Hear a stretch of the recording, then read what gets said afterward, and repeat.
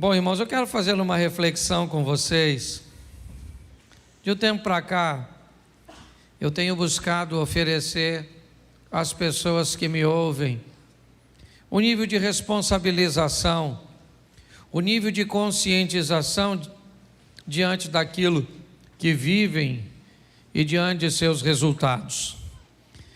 É bom entendermos o que é a regra na Bíblia e o que são as exceções. Elas existem. É muito legal alguém usar um texto como, por exemplo, um texto de Jó, para descrever o ambiente de sofrimento das pessoas, porque Jó sofreu sem ter culpa nenhuma, porque o diabo passou à frente de Deus e Deus perguntou: "Tende visto meu servo Jó, homem íntegro, reto, temente, se desvia do mal?" E o diabo então, nesse diálogo com Deus, recebe a autorização para mexer nos pertences de Jó, para mexer na saúde de Jó. É verdade, mas me dê outro exemplo além desse. Me parece que esse é um modelo existente, mas não é a regra. A regra é lei de semeadura. Aquilo que plantamos, vamos colher. Nossas escolhas, elas definem, ou até mesmo escolha nenhuma, também vai definir que na verdade é uma negligência. Ela é uma escolha. Até não fazer nada é uma escolha. E muitas pessoas olham para o exemplo de Jó, e eu não vou dizer que ele não pode acontecer no decorrer da sua vida em algum momento, mas ele não é a regra. A regra é o que você está recebendo da vida, é a via de regra o que você está mandando para ela. O que você recebe do seu casamento é o que você manda para seu casamento. O que você recebe de suas finanças é o que você manda para lá. Então eu queria que você primeiro desse uma olhada comigo em dois momentos do indivíduo que eu quero usar aqui como exemplo. Coloca para mim, por favor, primeiro livro do profeta Samuel, capítulo 18, verso 6.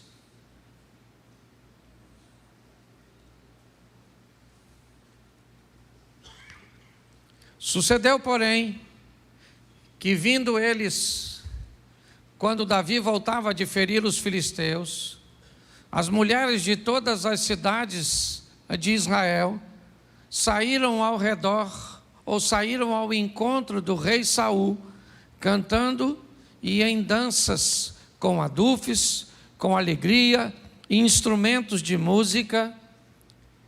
E as mulheres, tangendo, respondiam umas às outras e diziam: Saul feriu seus milhares, porém Davi seus 10 milhares. Preste atenção, Davi está vivendo talvez um dos momentos mais importantes de sua vida. Ele nunca tinha provado uma experiência desse tipo. Primeiro porque era muito jovem. Segundo porque era de uma família humilde. Terceiro porque nunca havia se destacado dessa forma. Nesse momento ele está chegando após a vitória contra o gigante Golias. E essa vitória motivou os soldados que estavam nas fileiras de batalha, e eles correram atrás dos filisteus. E agora, ao chegarem, as mulheres vão ovacionar Davi, elas vão engrandecer o seu nome. Ele vai se tornar grande no ambiente militar. Ele tornou o exército do Senhor um exército respeitado. Mostrou que um menino com uma tiradeira na mão e com um pedacinho de pau foi capaz de vencer a maior oposição. Um ambiente de afronta que já durava 40 dias sem sequer um candidato se apresentar para lutar contra o gigante. Davi vence Golias, ajudado por Deus, certamente, e todos sabiam disso. inclusive Saul, que vai passar a persegui-lo depois dessa data. Põe para mim, por favor, segundo livro do profeta Samuel, capítulo 12, verso de número 15. Bom, aqui nós temos o mesmo Davi. Então Natã foi para a sua casa e o Senhor feriu a criança que a mulher de Urias dera a Davi. E a criança adoeceu gravemente. E buscou Davi a Deus pela criança, jejuou Davi e entrou, passou a noite prostrado sobre a terra. Então os anciãos da sua casa se levantaram e foram a ele para o levantar da terra, porém ele não quis, não comeu pão com eles. Sucedeu ao 7º dia que morreu a criança. Preste atenção, um momento de dor, de perda, de angústia, de sofrimento. Agora Davi vai ter que se levantar e sepultar seu filho. Quem é Davi? O mesmo do capítulo anterior lido. O mesmo rapaz. Agora um homem que foi ovacionado pelas mulheres, que foi respeitado pelos soldados. Agora, seus soldados sabem que ele fez nada menos, ou nada mais que nada menos, que deitar-se com uma mulher que era esposa de um de seus oficiais. Seu homem de confiança era Urias. Bom, se ele ganha o respeito no capítulo 18 de 1 Samuel, porque defendeu o exército, agora ele perde o respeito, porque se deitou, um cara dissimulado mandou matar o homem, cujo qual ele era o traidor.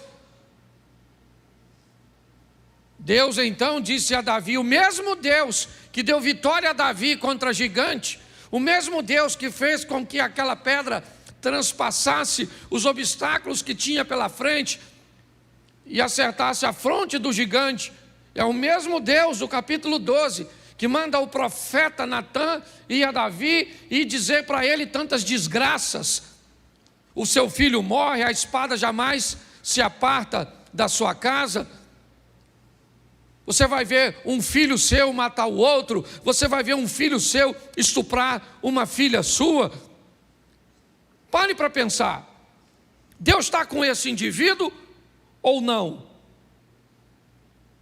Quando nós olhamos para as vitórias que ele teve, nós descobrimos que Deus está com ele.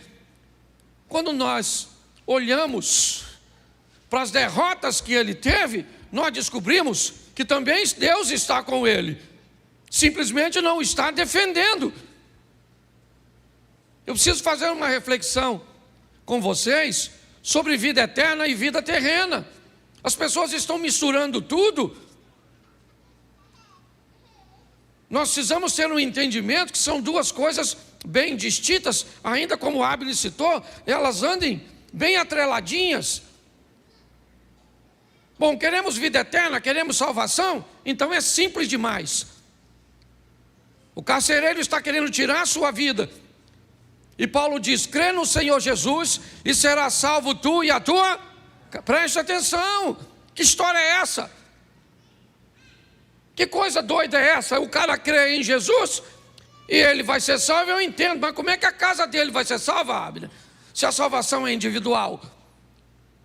O que a Bíblia está querendo dizer? Que quando eu creio em Jesus, quando eu me torno cristão, eu salvo a minha vida e salvo a vida da minha casa. Será que eu tenho autorização de Deus para salvar a minha casa? Esse negócio virou coletivo? Não! O que a Bíblia está querendo dizer é que quando alguém é salvo de verdade, quando alguém pega a palavra de Deus e coloca na sua vida como regra de fé em prática, é só uma questão de tempo a quem está ao redor dele também seja alcançado. Vamos para o salmista, prepare uma mesa perante mim, na presença dos meus inimigos, unja a minha cabeça com óleo e o meu cálice se transborda. Imagine que essa é a nossa mesa, você está sentado aqui e seus familiares estão ao redor, você é esse copo, preste atenção. Esse é Deus, esse é você, seus parentes estão aqui, vamos lá.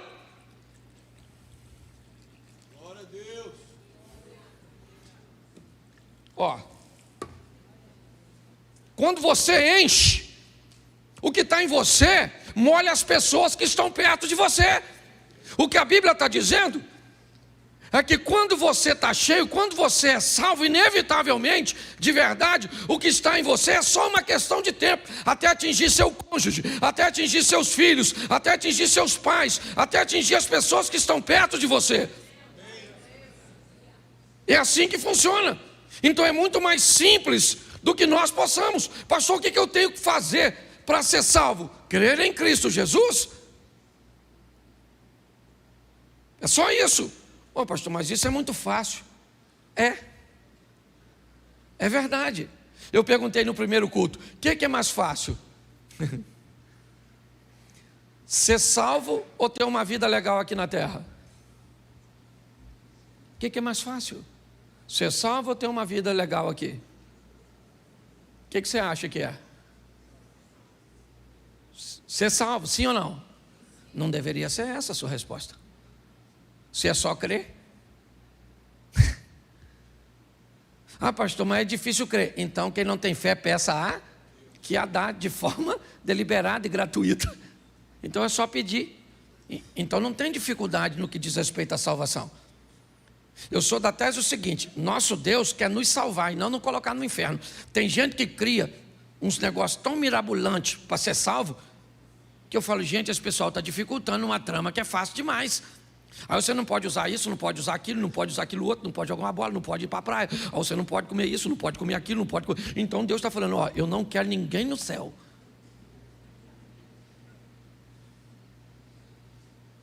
Ah, mano, preste atenção. Uma coisa é você facilitar, outra coisa é banalizar. Eu não estou aqui para banalizar a salvação. Não é isso, mas eu também não estou para dificultar. Ah, você usa calça comprida? Usa. Vai para o inferno. Você usa um batom? Satanás.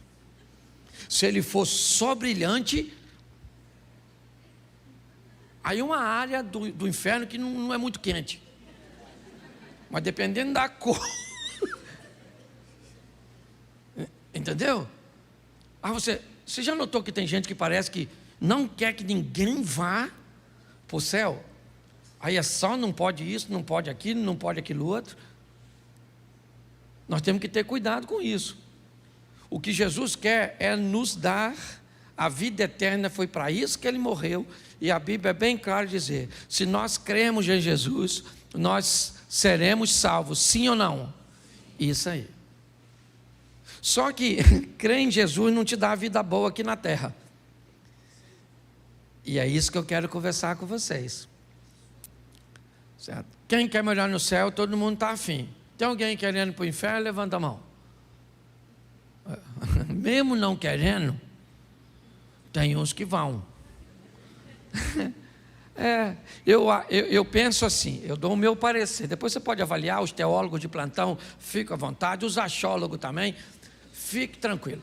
Preste atenção, para mim, para aqueles que já receberam e conhecem Jesus, se você morrer devagar, basicamente ninguém se perde, porque todo mundo vai para onde sabe o endereço. Ficou doente, a morte começou a parecer que alguém vai apagar o interruptor. Você já falou, oh, meu Deus do céu, tem misericórdia da minha vida, perdoa todos os meus pecados. Você pede perdão até do pecado que não tem. Senhor, perdoa o que eu vou fazer amanhã. Entendeu? O problema é a morte súbita. Infartou, aí não dá tempo mais não, maluco. Aí quando você viu, já está do outro lado, caraca, morri. Morreu, para onde eu vou?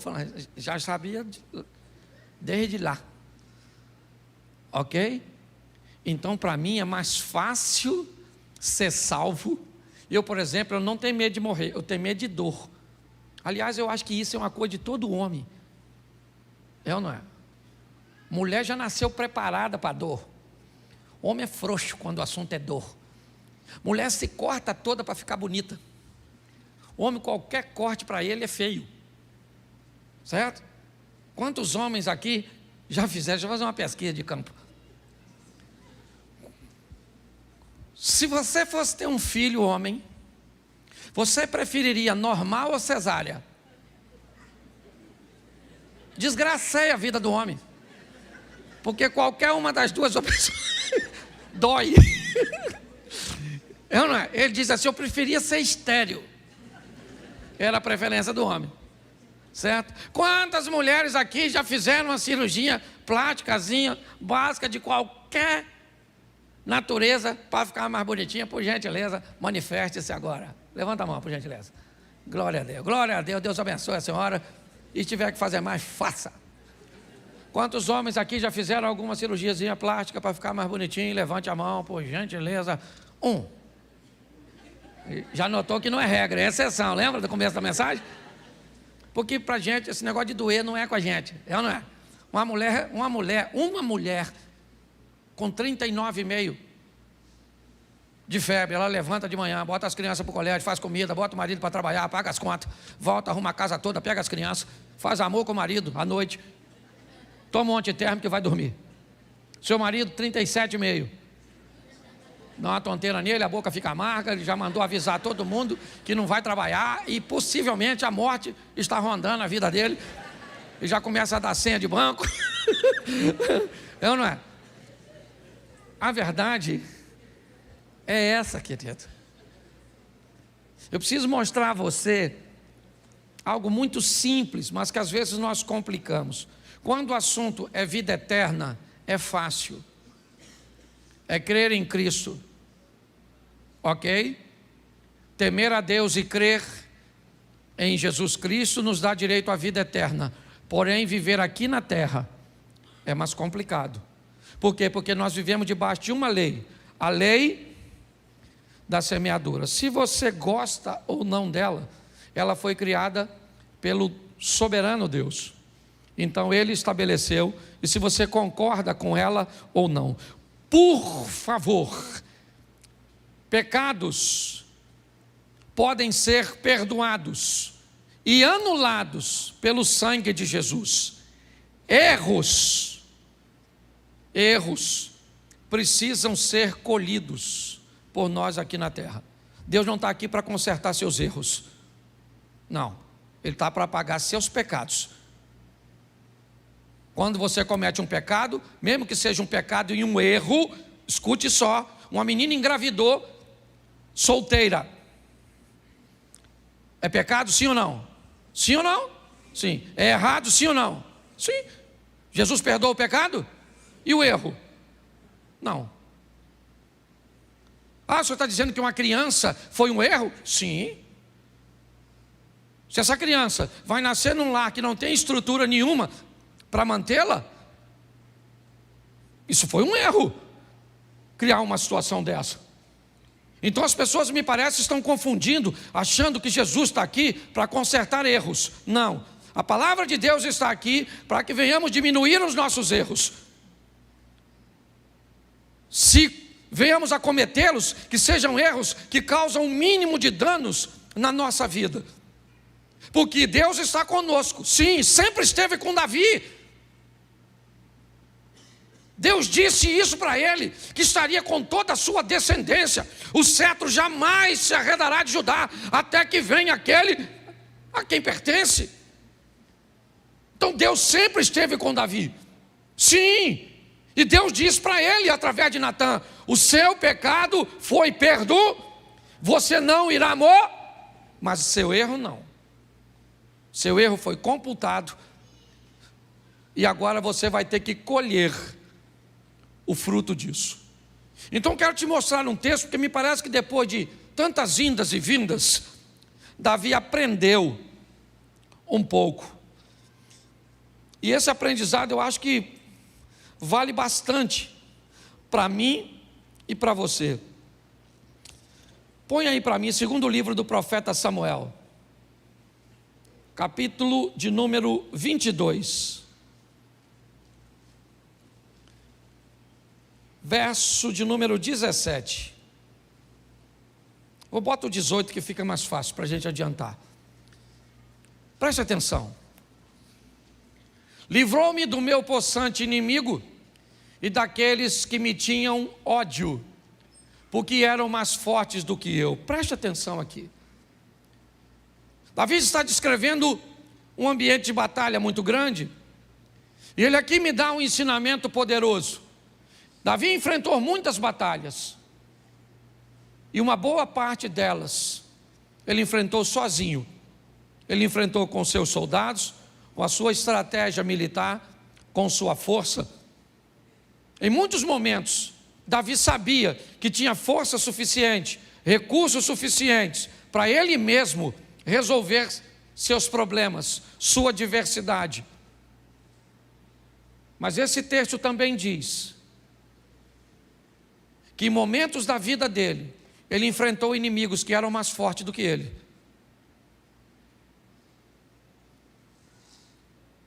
Em momentos da vida dele, ele teve que lidar com desejos que foram superiores às suas vontades. Davi sabia que problemas que ele podia resolver, ele ia lá e resolvia. Mas ele olhou para a vida e diz: quando um possante inimigo vinha na minha direção, e ele era mais forte do que eu, presta atenção no verso 19, olha só, encontraram-me no dia da minha calamidade. Não era apenas um inimigo mais forte, era um inimigo que buscou uma ocasião oportuna.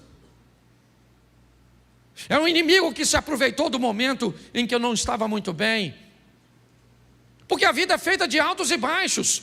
Por que é que você acha que a vida, e a Bíblia diz que é melhor serem dois do que um? Porque quando um cai, se pressupõe que o outro está de pé. Que quando um está trabalhando, se o outro chegar, o trabalho rende mais. O que a Bíblia está dizendo é: se nós tivermos alguém perto de nós, provavelmente esse alguém não vai estar no mesmo momento, passando pela mesma situação que nós, ou às vezes mesmo que esteja, ele seja capaz de ter mais força do que nós, e nós podemos pedir a ele ajuda, ou menos força do que nós, e nós poderemos sair em socorro. Mas o que ele está dizendo é que esse inimigo, ele é mais possante, diz o verso 18, volta no 18 por favor. Ele é possante, ok? Ele vem com ódio, ele é mais forte do que eu, verso 19, e ele procura um momento que eu não esteja bem. Apesar de tudo isso, Davi diz uma coisa: o Senhor se fez meu esteio. O inimigo veio do jeito que ele quis vir, aproveitou o melhor momento contra mim, mas ele teve que lidar com uma coisa, com alguém que me amparava, e esse alguém era Deus. É isso que ele está escrevendo. Vamos ver por quê. Porque a gente precisa entender porque é que esse cara recebe o apoio de Deus, o esteio veio para ele e não vem para mim e para você. Porque é que ele tem apoio aí, é muito romântico e bonitinho. Eu leio na Bíblia que Deus vai socorrer um camarada, mas aí o Deus da Bíblia não é o Deus da Bíblia de hoje. Então por que é que esse Deus de Davi não vem me socorrer? O que Davi tem melhor do que eu? Se o Novo Testamento diz que Elias era um homem sujeito às mesmas paixões que nós, e eu posso transferir isso para Davi. Davi não tinha nenhuma vantagem sobre mim e nem sobre você. Então que história é essa de um Deus que vira esteio desse camarada no momento de calamidade dele, no momento de um ataque de alguém que é mais forte, certo? Do ataque de alguém que está odiando, e nós vivemos tudo isso. Cadê Deus? Vamos descobrir se tem alguma coisa que nos diferencia de Davi, porque talvez tenha. Porque é muito legal você ler o texto, né, na carta dos Filipenses. Porque Deus, segundo as suas riquezas, retribuirá em glória. É muito legal. A diferença é só o seguinte: quando você lê esse texto, lembre-se para quem ele foi escrito. Ele não foi para você, ele foi para os filipenses. Paulo está dizendo que os filipenses merecem receber de Deus uma recompensa pelo que fizeram, e não sou eu nem você. Pô, pastor, então o senhor está dizendo que esse texto não é para mim? Não, é para os filipenses. Mas você pode fazer parte dele se você fizer a mesma coisa que os filipenses fizeram. Quando você faz a mesma coisa, você se insere num grupo que pode receber, não necessariamente vai, mas pode. Dá a você o direito de ir para o trono e falar com Deus, repetir um comportamento daquele cujo qual aprendi na tua palavra, Senhor. Eu não sei se você já fez essa oração. Sabe, quando você quer reivindicar alguma coisa, e aí reclamar no sentido positivo, fazer uma reclamação, reivindicar, você vai com o texto bíblico, mas vai com um comportamento que sustenta esse texto bíblico, que é isso que nós vamos ver agora. Deus se fez esteio, está tudo direitinho. Põe o verso 20. Tirou-me do lago e arrebatou-me dali, porque tinha prazer em mim. Bom, então Deus tem prazer em Davi. Por que Deus tem prazer nesse cara? Vamos dar uma olhada. Lembrando a você que o capítulo 12 já passou. Esse cara que vocês estão vendo aí foi o cara que venceu o gigante, foi o cara que matou o leão, foi o cara que matou o urso, foi o cara que não matou Saul. Ele foi o cara que se deitou com Batseba, que conspirou para matar Urias. Esse camarada aqui cometeu erros e acertos ao longo de sua vida, mas o capítulo 12 ficou para trás de 2 Samuel. O 17 e o 18, então o 16, onde a história dele começa, está anos atrás. Ele tem que aprender alguma coisa com a vida. E quando ele diz que Deus tem prazer nele, presta atenção, porque o texto seguinte já foi: recompensou-me o Senhor conforme a minha justiça. Aqui Davi começa a dizer que estilo de vida ele está vivendo agora. Davi começa a dizer que Deus está dando para ele, ou aliás, sempre deu para ele o retorno do que ele estava mandando para Deus. É como se você estivesse vivendo diante de um espelho, e cada movimento que você faz aqui, o espelho repete lá. Davi está dizendo o seguinte: o Senhor me recompensou conforme a minha justiça, não a sua justiça. Deus não te recompensa segundo a justiça dele. Deus está para te recompensar segundo a sua justiça. É lei de semeadura. Como você vive, como você procede, é exatamente o que volta para você. É isso que ele está dizendo. O Senhor me recompensou. Como? Com a minha justiça. Por quê? Porque você venceu o gigante quando estava alinhado com Deus. Por quê? Porque você enterrou seu filho quando estava desalinhado com Deus. Quem é que está na sua vida? Deus. Para te dar o quê? O que você merece segundo a sua justiça. Pastor, mas eu não posso estar vivendo uma injustiça. Claro que pode, desde que essa injustiça entre na história do Jó, onde você está vivendo um momento que seja de provação. Se esse é seu momento, levante sua cabeça, segure a onda como fez Jó. Nu saí, nu eu volto, louvado seja o nome do Senhor, recebi o bem de Deus, por que não receberia o mal? E se é um cara íntegro, correto, equilibrado, recebendo, os amigos dele vão visitá-lo, e qual é o discurso? O que você fez de errado? Ele disse: eu não fiz nada de errado. Tem que ter feito, porque na cabeça de algumas pessoas, você não pode sofrer que tem pecado. Não, existem momentos bem isolados, que seu sofrimento não tem nada a ver com isso. Mas entenda bem, ele é bem isolado. Pare de dizer, quando alguém estiver falando, essa aqui, esses dias, falou: Cláudio, se você souber o que estão falando a nosso respeito. Eu falei para ela: Mary, quando alguém fala algo a nosso respeito, duas coisas podem ser. Primeiro, pode ser verdade. E se pessoas falam verdade a nosso respeito, isso significa que nós precisamos mudar a nossa postura e corrigirmos a nossa rota. Segundo, pessoas podem estar falando mentira a nosso respeito. Então vamos descobrir o que elas estão falando. Se for verdade, a gente corrige. Se for mentira, é a única forma que a pessoa tem de falar mal a nosso respeito. Quando alguém fala mal de mim e é em verdade, eu não tenho o que fazer. O que eu posso fazer? A melhor maneira é você viver de uma forma tão honesta que o único jeito que alguém tenha para falar mal a seu respeito seja com mentiras. Não tem jeito.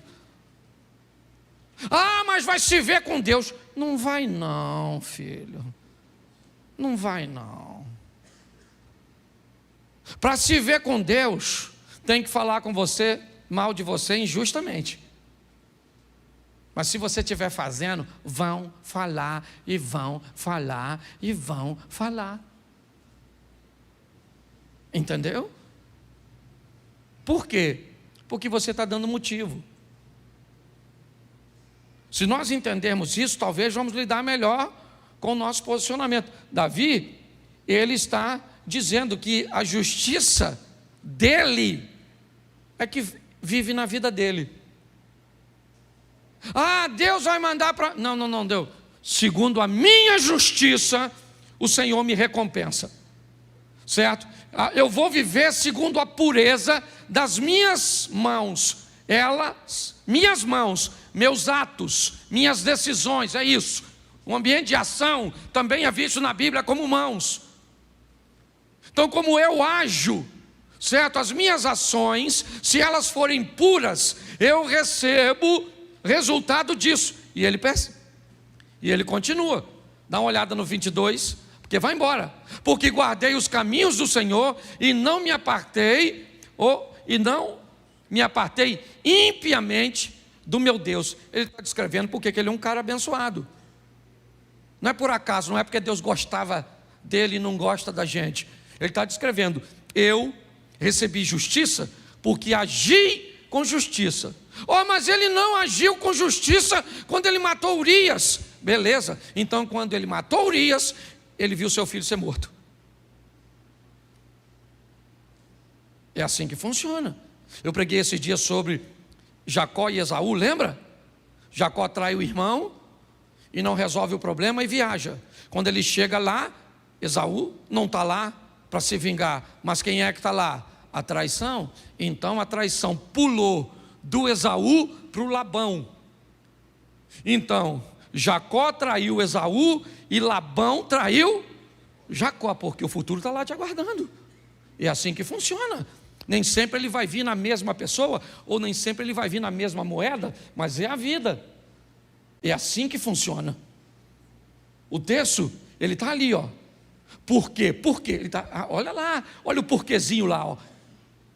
Deu para notar que já é uma respostazinha? Vamos lá. Porque guardei os caminhos do Senhor e não me apartei impiamente do meu Deus. Por isso que eu estou vivendo tudo que eu estou vivendo. É Davi. Olha o que ele diz no 23. Porque todos os seus juízes estavam diante de mim. Não tinha juiz nenhum diante de Davi. Que juiz que estava lá? Samuel estava lá, é isso? Todos os juízes estavam lá? Não, o que ele está falando foi do que ele aprendeu. O certo. O que ele diz? O certo está sempre diante de mim. Quando eu faço alguma coisa que é errada, eu tenho um juiz, que são os estatutos, para eu não me desviar dele, que é aquela mãozinha do Espírito Santo narrada por o profeta Isaías. Então ouvirei uma voz que dirá por trás de mim: este é o caminho, andai nele, não se desviai nem para a direita e nem para a esquerda. É Deus o tempo inteiro buscando corrigir nossa rota. Está aqui, ó, está aqui. Se eu posso olhar para onde devo ou não devo, se eu posso falar ou não falo, se eu posso mexer ou não mexer, se eu posso fazer ou não fazer, está tudo aqui. Os estatutos estão diante de nós. Os juízes estavam diante de mim o tempo inteiro. E aí, seus juízes traziam seus mandamentos, seus estatutos, dos quais eu não me desvi, pelo menos agora. Antigamente se desviou sim. Que negócio é esse desse camarada vir dizer que é um santinho, que é alguém que não comete erros? Ah, dos seus estatutos eu não me desviei. Ele poderia encontrar com Simei, ou com um daqueles que conheciam o seu passado, diziam: meu irmão, eu conheço você, em 1992 você fez isso. Ele falou: meu irmão, mas nós estamos em 2022, eu não sou a mesma pessoa que era antes, estou andando com Deus já faz tempo. Naquela época eu já estava andando com Deus, mas não na intensidade que eu estou andando hoje. Naquela época eu ainda fazia, eu ainda falava, eu ainda sofria consequências. Hoje não. É o que ele está dizendo: dos seus e de seus estatutos eu não me desviei. Mas isso é capítulo 22. Não queira ler esse texto aqui, sem antes conhecer a história do cara que escreveu. E ele continua dizendo, vamos lá, ele vai repetir novamente: porém fui sincero perante ele, e guardei-me da minha iniquidade. Isso. Davi está falando de fraquezas, mas não está falando mais de fracasso. Preste o que ele diz: eu fui sincero. Sincero. O que é sinceridade? É dizer a verdade. Eu estou sentindo, eu estou sentindo. Eu estou legal, eu estou legal. Eu não estou legal, eu não estou legal. Eu estou fraco, eu estou sentindo isso e não deveria sentir.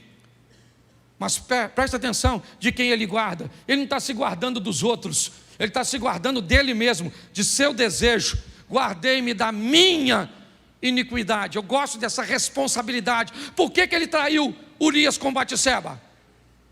Por quê? Quem é que foi o culpado de Davi trair Urias? Vamos culpar quem? Abigail? Vamos culpar quem? Mical? Vamos culpar todas as mulheres de Saul? Essas mulheres não me satisfazem. É isso? Talvez isso ele faria no capítulo 11. Mas não no 22. No 22, ele diz: eu fui sincero. E quando eu passei a ser sincero perante ele, eu consegui me guardar das minhas iniquidades, dos meus desejos incorretos. Ele continua dizendo: e ele me retribuiu novamente, lá onde eu comecei, recompensou, e me retribuiu o Senhor conforme a minha, está aí, conforme a minha, isso, me retribuiu o Senhor conforme a minha, não a sua, a minha, não a justiça de Deus, a minha, a nossa, certo? E aí ele começa a dizer: conforme a minha pureza diante dos seus, isso, diante dos olhos de quem? De quem? Das pessoas? De Deus. Davi é um camarada que agora aprendeu que a vida dele tem que ser pautada em agradar a quem? Agradar a quem? Ele quer ser bem visto para quem? Por quem? Isso. Nós queremos ser bem vistos pelos nossos vizinhos, pelos nossos parentes. Queremos apresentar uma figura, muitas vezes na rede social.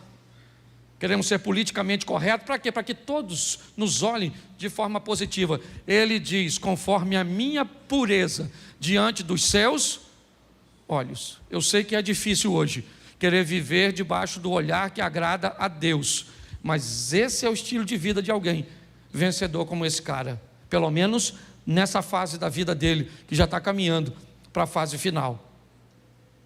Vamos lá? Preste atenção ao que Davi está falando de Deus. Com o benigno te mostra isso. Quando o cara é bom e manda bondade, Deus manda o que para ele? Bondade. Com o varão sincero, Deus faz o quê?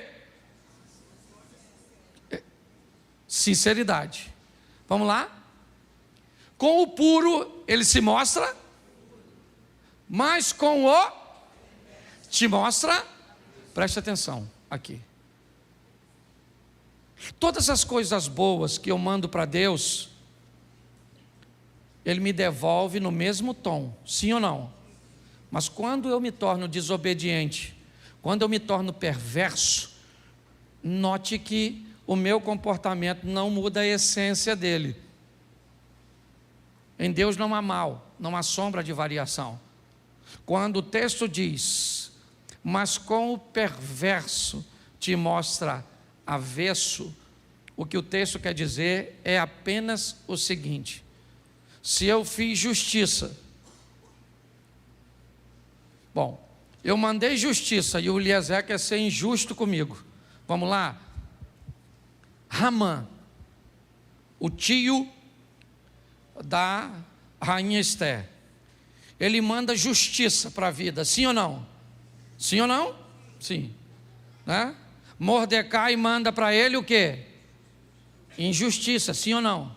Quem é mais poderoso, Ramã ou Mordecai? Mordecai. Quando Ramã manda justiça e Mordecai manda injustiça, quem é que entra? Deus. E Deus faz a injustiça virar e pronto.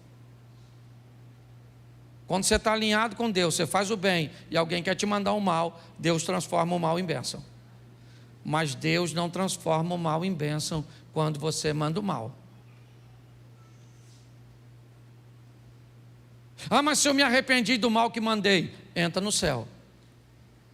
Mas colhe o efeito do mal.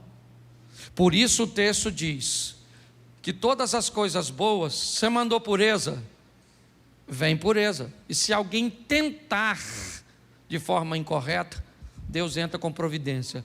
Mas quando chega no cara que é perverso, mal, não tem jeito.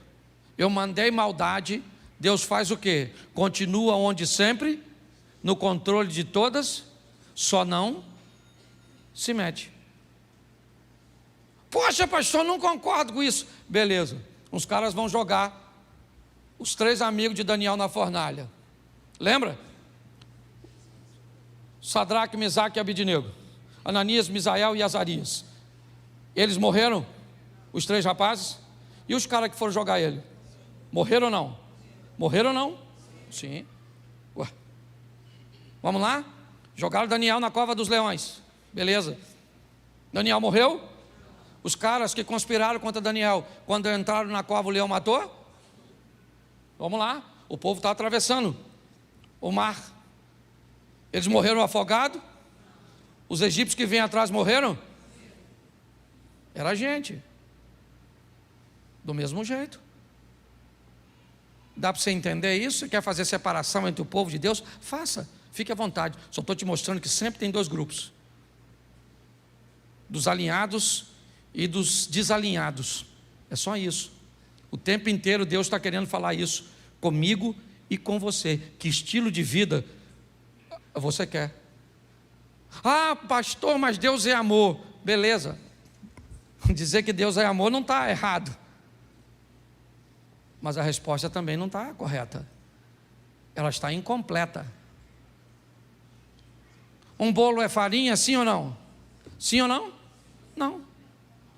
Só farinha? Um bolo é farinha? Um bolo é açúcar? Um bolo é fermento? Um bolo são ovos? É manteiga? Sim ou não?